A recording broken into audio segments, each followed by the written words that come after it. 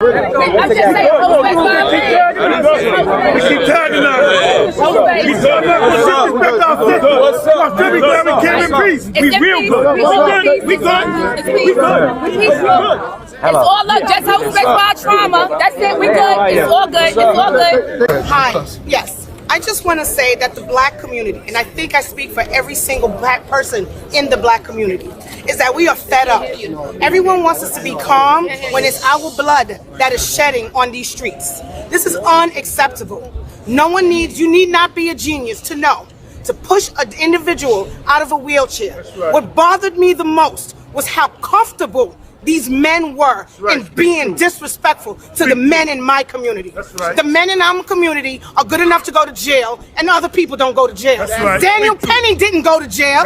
Daniel Pentaleo didn't go to jail. But Trayvon Martin is dead, and how we keep being disrespected. We are all here. We keep saying, let's live in peace, let's live in peace. You want us to live peacefully when you keep doing us harm. We're losing our homes because of a lot of these people from the Jewish community are stealing our deeds, and nothing is happening. You're hurting our black men. Stop. You're leaving me vulnerable. This is wrong on every single level. Stop asking me to be quiet and to suffer peacefully. I can't suffer peacefully. Arrest these men, send them to jail, and let us live. You're gentrifying Brooklyn. You're making it hard for us to live, and you want us to come here and smile and hold hands and say kumbaya. We're not gonna say kumbaya.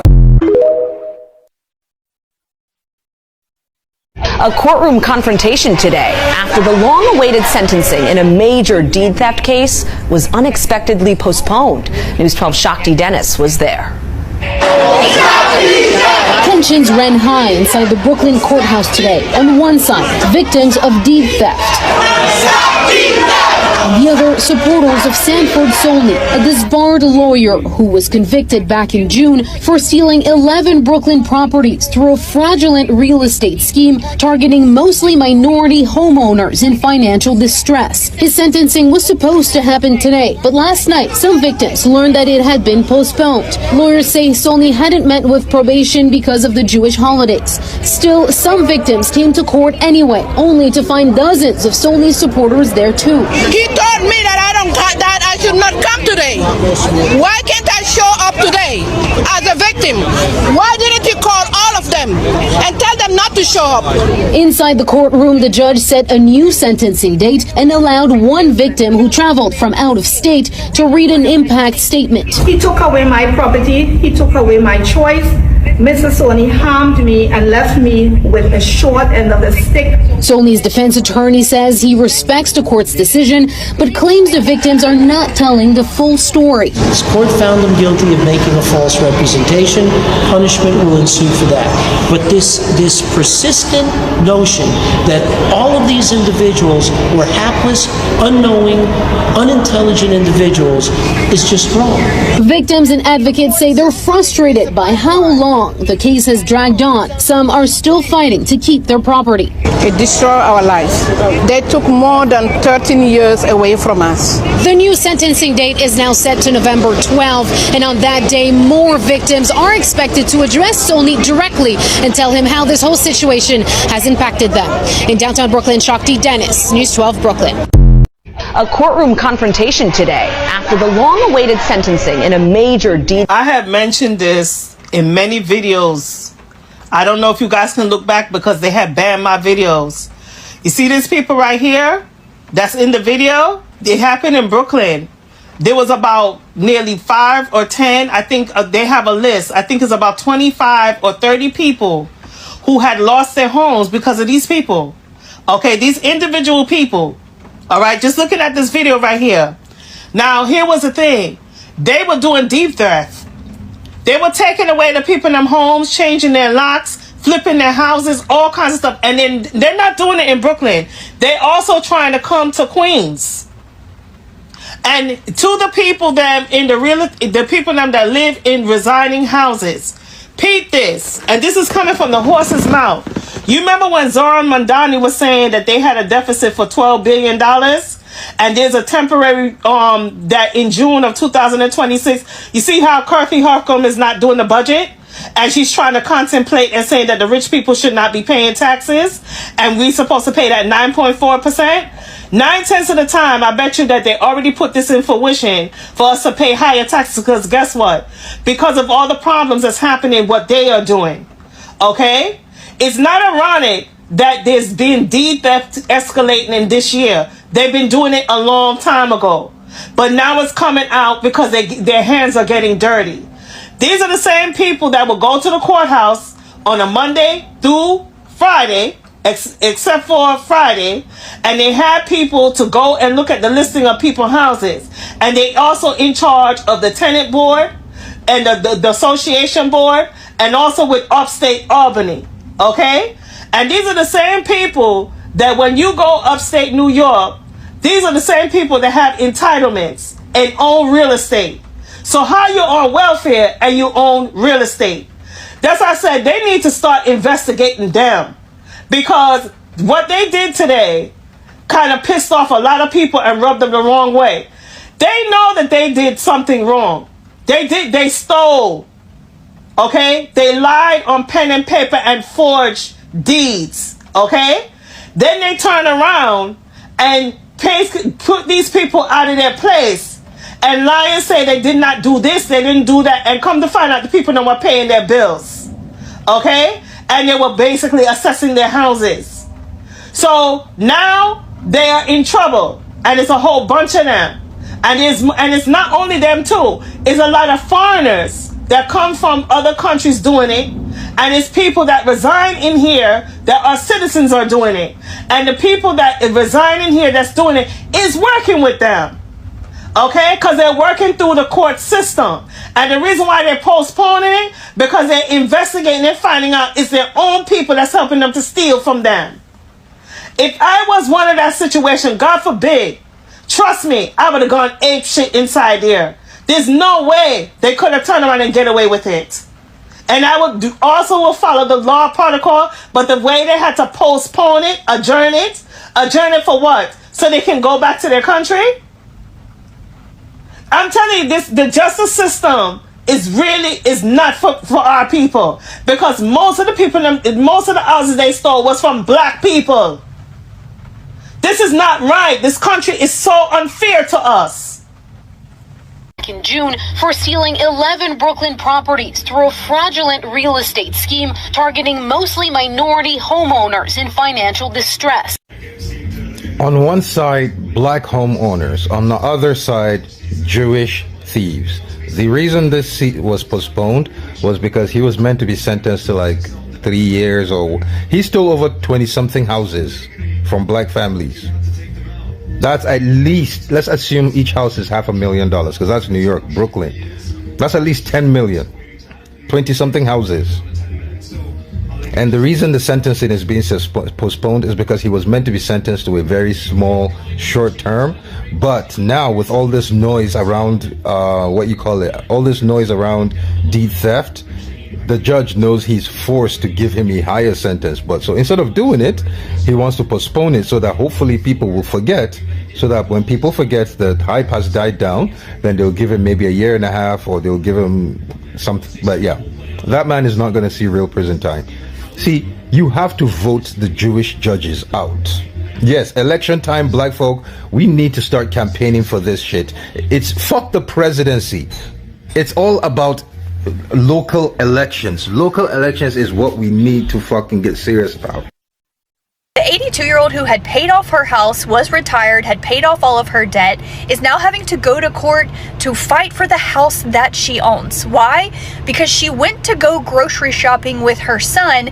She leaves her house, and when they come back with the groceries, there's a company, like people, moving into her property.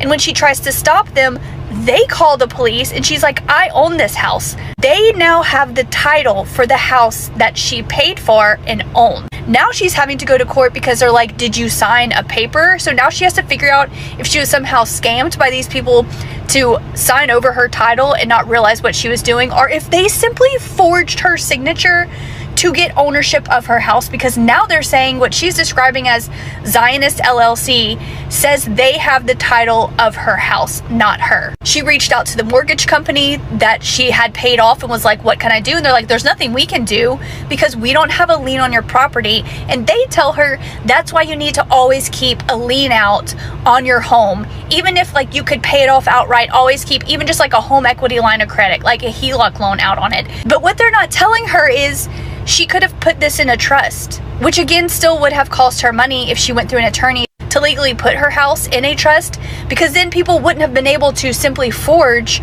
or get her to sign it over, not realizing what she was signing over. And this woman's deed theft happened in Brooklyn, and apparently it's a big thing in New York City. They've even had to pass extra laws to try to protect people, but it's happening all across the US, where people who own their home, who have paid the mortgage off and own their title free and clear, are now having it stolen from them and will simply leave and come home, and there will be people who now own their house and have the title of it living in their house, meaning that they now have to pay for attorneys to get their house that they have already paid for and own.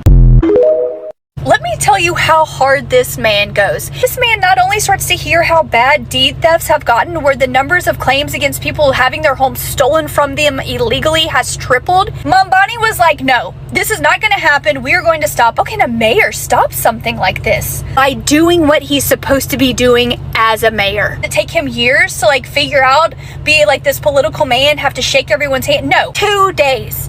2 days, this man creates and signs a law to start making it way harder for people to steal homeowners' deeds to their homes. In 2 days, he does what no mayor has done before him, signs into law a deed theft prevention law to make it so much harder for these companies and individuals to come in and steal homes away from their homeowners. Not impressed yet? This mayor then establishes the Office of Deed Theft Prevention, has already appointed a director. A mayor can actually see that there's a problem and fix it? Yes. And we are talking within days of learning how bad a problem is. Then to help his citizens in the future, establishes an office to help them. Why? Because he's tired of seeing stories like this. Homeowners who have paid and own their homes, having their homes stolen from them via deed theft.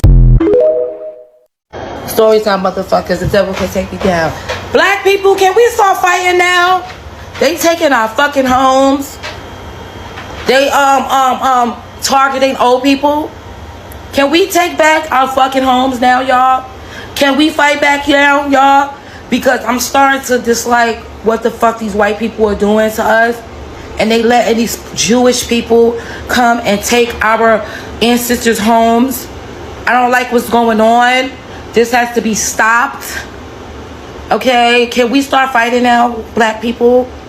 Because this shit is outrageous and I don't like it. Yep, I don't like it.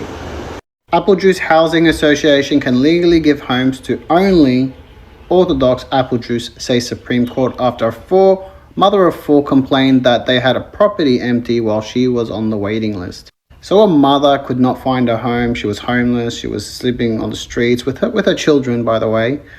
And there was this housing estate. And all of a sudden she sees it and she's like, why can't I live there? Why does it? Because she knew that it was like apple juice only. I don't know how that happens. Can you imagine a Muslim only building? Anyways, she takes them to court and they fight it all the way. Obviously them winning because, you know, we can't say that word because they'll, you know, TikTok will pick up on the algorithm. But we just know. We just know, right? But imagine that. Imagine that. A mother of four, single mother, and she's unable to sleep, provided kids with a home, and there's one empty because there wasn't enough apple juice that were homeless to sleep in it. But let's just keep. Breaking fucking news. So the white people are at it again in the destruction of African Americans. Whoa! It's like we can't fucking win, yes! So here's the tea. So apparently in New York City, what up? New York, what up? Brooklyn, Bronx, Queens, Staten Island, never not Staten Island, Manhattan, what up? The white people are stealing black and brown people's homes. So you know that brownstone that your grandmother owned that they bought in the 50s, and now, you feel me, they spent thousands of dollars keeping up the maintenance, and now gentrification is happening, and now they trying to get you out. So now they raising the rent, the mortgage, all that shit. So they got a new thing going on where the white people, they basically trying to steal people's homes through deed insurance. It's like we can't catch a break. You bitches want our skin, you want our hair, you want our homes, you want our swag, you want our language. What more do you want? What more?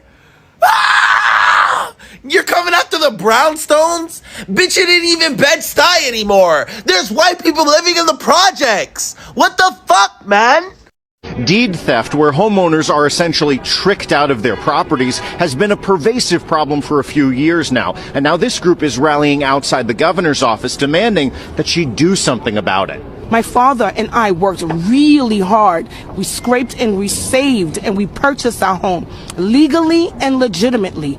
Rachel Cyprian was shaking mad as she spoke with us outside the governor's office about the devastating impact of her 15-year fight to reclaim ownership of her Brooklyn home following deed theft. It leads to homelessness. It leads to depression. It leads to all sorts of failures. Here we are, black people, in this country now for over 400 years, and we're constantly starting from square one. Deed theft is when a property's title is transferred away from the rightful owner, generally due to deceptive or predatory tactics. Frequently, the targets are seniors and communities of color. What do we want? And when do we want it?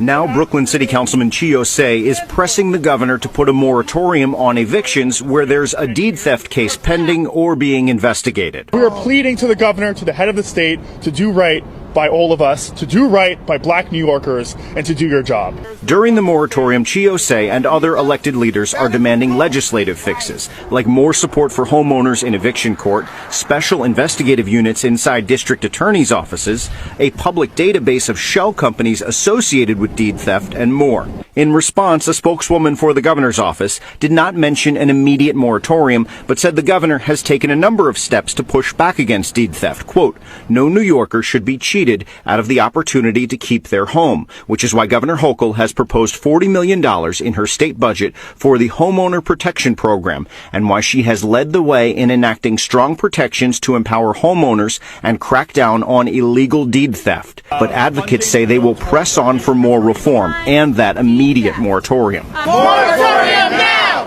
Moratorium now! Governor Hochul, it is now at your door. Yes. Right. What are you going to do to keep black families in their home? That's it. That's all I want to hear about. Between 2014 and 2023, there have been roughly 3,500 complaints of deed theft in New York City alone. So we will continue following these proposals and continue to follow up with the governor's office and councilman's office as this moves forward. In Midtown, Henry Rossoff, Pix 11 News. A courtroom confrontation today after the long-awaited sentencing in a major deed theft case was unexpectedly postponed. News 12's Shakti Dennis was there. Tensions ran high inside the Brooklyn courthouse today. On one side, victims of deed theft. On the other, supporters of Sanford Solney, a disbarred lawyer who was convicted back in June for stealing 11 Brooklyn properties through a fraudulent real estate scheme targeting mostly minority homeowners in financial distress. His sentencing was supposed to happen today, but last night, some victims learned that it had been postponed. Lawyers say Solney hadn't met with probation because of the Jewish holidays. Still, some victims came to court anyway, only to find dozens of Solney's supporters there too. He told me that I should not come today. Why can't I show up today as a victim? Why didn't you call all of them and tell them not to show up? Inside the courtroom, the judge set a new sentencing date and allowed one victim who traveled from out of state to read an impact statement. He took away my property. He took away my choice. Mr. Solney harmed me and left me with a short end of the stick. Solney's defense attorney says he respects the court's decision, but claims the victims are not telling the full story. This court found them guilty of making a false representation. Punishment will ensue for that. But this persistent notion that all of these individuals were hapless, unknowing, unintelligent individuals is just wrong. Victims and advocates say they're frustrated by how long the case has dragged on. Guys, you have watched the video and I'm sure you have your different opinions about everything that is happening in America. And it's very sad that we have gotten to a point where a lot of these things are not even newsworthy anymore, because every other day things are coming up that you don't even know what to say about. Now, for instance, we're talking about these people and the situation in Houston, the situation with black people being taken advantage of. You know, these people have tried all that they can for a black person in America to own anything at all, basically. They have to have worked so hard for them to even be in a position where they own something and to put something on their name. Now, we're talking about black people that have worked with every bit of strength that is in them. They have worked so hard to make sure that they have a roof over their heads. They have made sure that they have this home that belongs to them, and they do not have to constantly be worrying about rent and all that kind of stress that comes with that. They have tried their everything. They have saved all their money. They have made sure that every saving they made while working went towards making sure that their families have a place to call home, a place they can run to when things get dark, a place that gives them that safety, a place that they can always feel free in. Because for black people in America, it is almost a very hard thing for them to find a place that accommodates them fully, accepts them. And when I'm talking about acceptance, I'm really serious about it, because you can go to a place, maybe say a hotel or a guest room or just a facility of any kind. There is the reception that you get as a black person that does not communicate safety, does not communicate acceptance, does not communicate you feeling free in that place. Now, these black people know that. They are well aware of that, and they have made sure that whatever little they get, they have put it aside. And you all know the situation of black people. When a black person works, they are not even like being paid enough for their lifestyle, the kind of life they would want to live. They are being paid peanuts, and these same people have made sure that even with that little, they have saved quite a bit of it every single month to make sure that it goes towards housing and for them to own a place that is their own. Yeah. Now, with all that sacrifice, and then comes these people, these Jewish people, they now want to take over what black people own. They are taking the deeds, the home deeds of black people without a care in the world, without thinking what it cost these people to get to where they are. They do not care the amount of energy, the amount of work that was put in to make sure that these people accomplish whatever little success that they have. Now they want to grab these things, and they're actually doing it as we speak. There are many people that have lost their homes, they have lost their property, because there are these ones that comfortably think that they have the audacity to just go and pick on someone's stuff and take it to yourself. You do not know how this person has worked to get to where they are, but for you, as long as it's serving you and serving you right, you decide to take it and own it. Someone is living in their houses, but when they go to search, the facility that helps you to search to see whether you still own that property, when they get there, they're being shocked because you find your deed is now in someone else's name without your consent, without your permission. You are not even aware of that. So it's just that you have learned of it early enough, because otherwise you'd just be kicked out without your knowledge and prior information. Now, how fair that is with the American government is quite a question, because however much these people are coming out to complain, are coming out to talk about it loudly, to even like try to broadcast it on socials and all that, there's no government people that have come out to try to solve the situation, or even just try to engage them and know what is happening to them. They're being ignored. No one is caring about what is happening to them. Nobody cares to know how the situation is, if it's being solved or not, if whatever is happening is really true or not. Nobody is offering that kind of help that Black people really need right now. Now, that just goes in to show you how the American system does not really value or care about what happens to the Black people. There is no TV or these main broadcast channels that are showing or, just broadcasting that information and broadcasting that kind of news. It is to them not newsworthy that they broadcast it and let people know that this is what is happening in with the Jewish people and the lawyers, yeah? But Black people, they have been intimidated way too much, way too long. And you can hear it from the voices of these people when they are complaining. You can clearly see that these are people that have been oppressed to the core. They are people that have been tormented, they have been tortured, they have literally lived a life where they do not even feel as though they have full permission to be in this world. Because how do you explain someone that has gone through hell finding a job? They have gone through hell working in that environment, because for most of them it's actually very toxic. They have endured all that.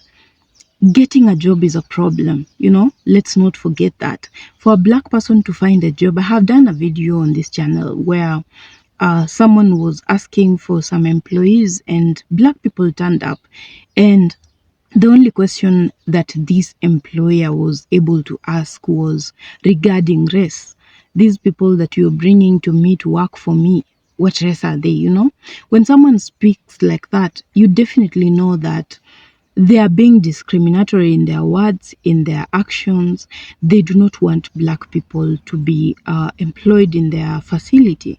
And that just shows you how hard it is for Black people to even find a job. And even once they have the job, they are being discriminated. They're not being treated the same as the white people and the other races that are present at the workplace. They are given the lowest of all ranks. They are paid less than the other people. They have less advantage compared to the other colleagues they work with. And that is really the reality of America to do with Black people.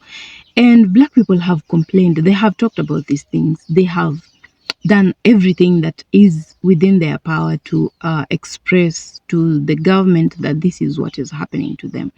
Now they have gotten to a situation where even their own property, things that they have worked for so long, things that they have used their blood, sweat, and tears to get, they're being taken away from them. And to think that the government is not doing anything about it.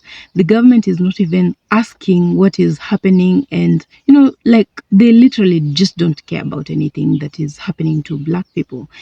And that is the reality of America for Black people. And this is sad. I must say that this is the saddest thing that is happening. And I hope that Black people get justice.